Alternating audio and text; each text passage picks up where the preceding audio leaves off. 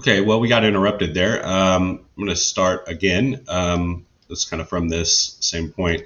So, yeah, the president's cabinet, if we look at like Trump's cabinet and White House staff, there's a lot of churning that happens in those departments. So that might make it more difficult for the president to actually deal with people in the Senate who have been there for a while. These are long-term politicians, so we can see how that might be difficult. And it's also possible that the people that are coming into these positions aren't particularly well versed, don't know a lot of people, and that can make it more difficult. Okay.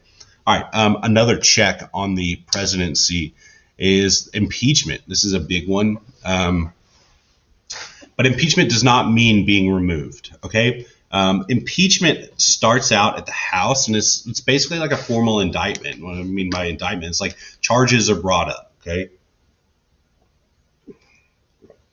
Okay, charges are brought up, and then there is a Senate trial, right? There's the Senate actually hears the case of the impeachment and votes on whether or not to remove the president from office. Okay.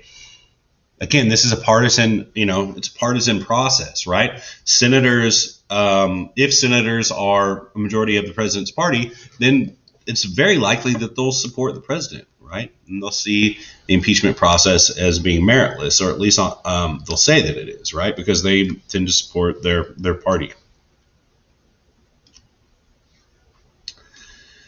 Now, if we break down these powers a little bit more, we can see that they fall into four main categories: national security powers, legislative powers, administrative powers, and judicial powers. Now, we've talked about several of these. So serving as commander in the armed forces, making treaties, also nominating ambassadors. And that's, again, with agreement of the majority of the Senate, right?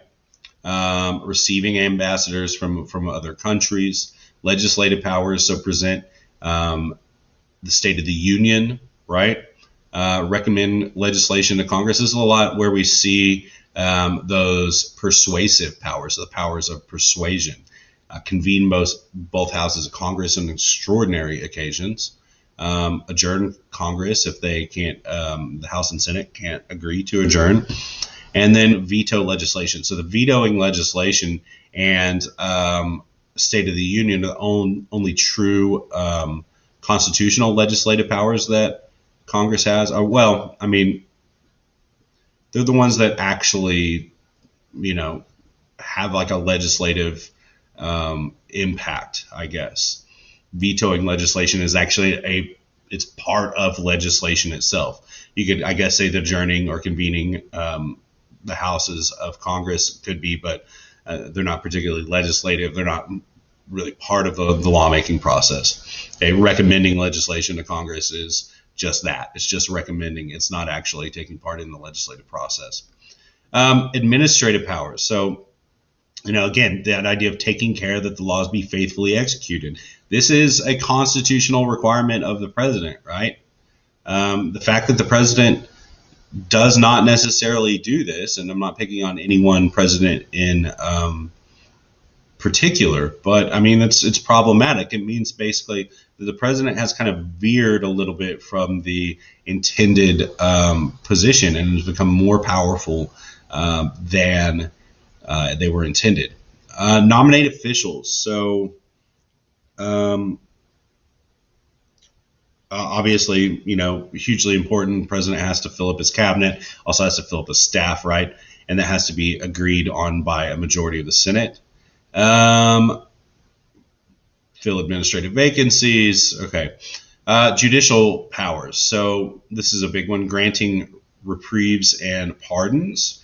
They can't obviously say that, it's kind of a nonsensical thing. They can't pardon themselves for impeachment or any other official. Let's say a Supreme Court justice gets impeached. They can't do that. They do nominate federal judges, and that includes Supreme Court justices, right? Really important, right? As we see right now with the recent passing of Ruth Bader Ginsburg, right? This is going to be a big one, okay? All right, Well, expansion of presidential power. The presidential power has significantly expanded over time. Alexander Hamilton, as a founder, thought that the president should have a significant amount of power. As you can see from Federalist Number 70, he talks about the energy of the executive and says that's a leading character in the definition of good government. It is essential to the protection of the community against foreign attacks, the steady administration of the laws, the protection of property and justice, security of liberty, so on and so forth, right? They really think this is really important. Obviously there's the flip side of that, which is tyranny, right? Protecting you against foreign attacks is clearly important. We don't want to sit around and wait for legislative action to kind of that slow, meticulous process, right? That can have conflict in it. You want somebody that's able to move really quickly. But, on the flip side of that, you don't want a dictator, right? You don't want their powers in emergencies, right? In kind of rare circumstances to eclipse their power or to expand and apply to all cases, right? And that's perhaps maybe what we see a little bit with the war on terror and surveillance in the United States. And we'll talk about that later on a little bit. But I mean, that surely is important, right? Our rights are important. We haven't talked about civil rights yet, or civil liberties yet. But those are very important, and our protections are important. So the presidential power can be detrimental to those. Executive orders. So executive orders, again, have the force of law. But, they're problematic to the extent that sometimes they run contrary to some sort of underlying congressional or legislative action that made them possible, right? Oftentimes that interpretation becomes really important. And who's interpreting, well, it could run pretty much contrary to the initial law. Okay. Foreign relations powers, war powers, hugely important for the president. The president has the most leeway in this area of deploying troops, expansion of surveillance state. So there have been attempts to limit the president's power. This 22nd Amendment limits the president to 2 terms. That's important because we don't want a president to just basically get dictatorial power. But the War Powers Resolution in 1973, following the Vietnam War, was really tried to rein in the power of the president to get us involved in armed conflict. Right? The United States has not declared war since World War II. Okay, but we've been in near constant conflict. Right? If not outright full-on war. In the case of Vietnam, I think we had 50,000 American service members die, plus probably 2 million Vietnamese people are killed, and that includes civilians, right?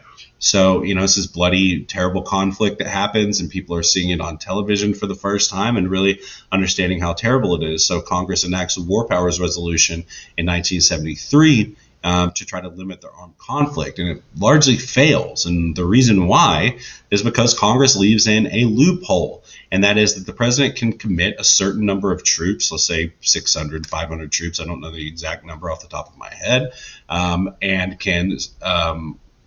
can commit those troops for up to 60 days before asking permission from Congress. Well, what does that mean? Basically, that means that the president can commit troops before asking for permission. And what happens once you commit troops? What do you look like as a member of Congress if you vote against those troops being there? You look like you don't support the troops, which is political suicide. It's a bad call, right? You don't want to look bad to the American people. So the president can kind of tie Congress's hand by committing troops and then asking for permission afterwards. Now, about to wrap it up. The president has a couple ways of persuading. One is the bully pulpit, and this is something that Donald Trump has used almost exhaustively, and probably more so than any other president, in the modern technological sense, right? Twitter has become, the president has sent out, probably tens of thousands of tweets. And that has increased the president's ability to speak to the people. And this also allows the president to set the agenda, basically put the things on the map, right? So something like the border wall, like who was really talking about the border wall before Donald Trump came in, right? Going directly to people and saying, build the wall, right? Whatever you think about it, it was pretty effective as a communicative tool. Now, presidents tend to be most effective in the beginning of their term. And if you look at some of this data, you can tell why, right? This is popularity, presidential popularity over time. And as you can see, not all of them match this, but, like George H.W. Bush is kind of all over the place. But this spot right here is called the honeymoon period. George Bush gets a bump after 9/11 as we're really patriotic. We can see that precipitous decline. Jimmy Carter decline, Lyndon B. Johnson kind of declines over time, right? And this is kind of typical. And again, it's called the honeymoon period. So the presidents tend to be more effective when they're more popular, these high points early in their careers, right? And then as time goes on, they tend to fade a little bit, okay? Now, this is, again, Congress is going to be more willing to work with them because they're more popular, right? And kind of hitching your wagon to a popular president is something that is going to make you, in turn, more popular, right? Okay, so we will stop right there. Thank you, guys, and have a good one. Bye.